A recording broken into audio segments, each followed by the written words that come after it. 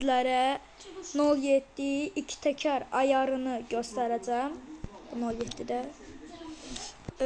Birinci size motoru gösteririm. Motor budur. C32B. Bunu almalısınız. Turbo zad yoxdur. Bakımlarda bunları köçürün.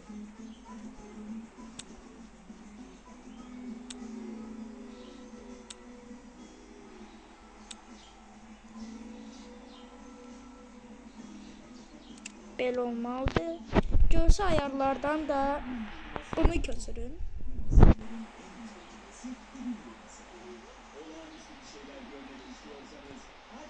Semi sıcılık olmalı tip. Bunları köçürdünüzsə indi gedək görsel ayarları açdım. Suspansiyonları. Bunları edin.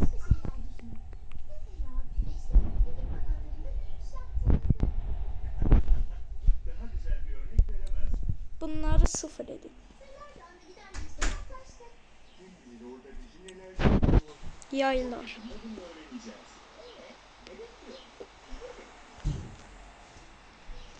Amatör.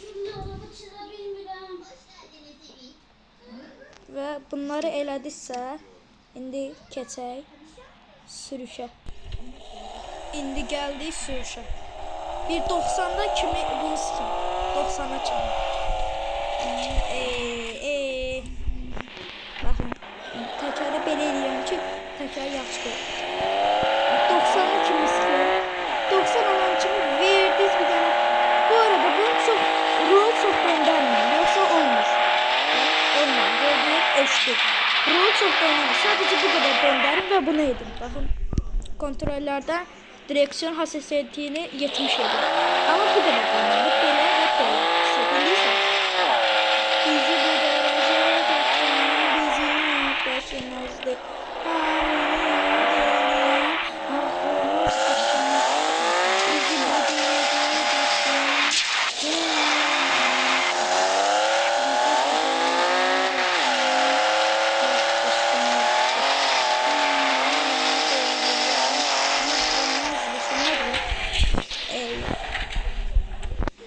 Ve bu kadar idi.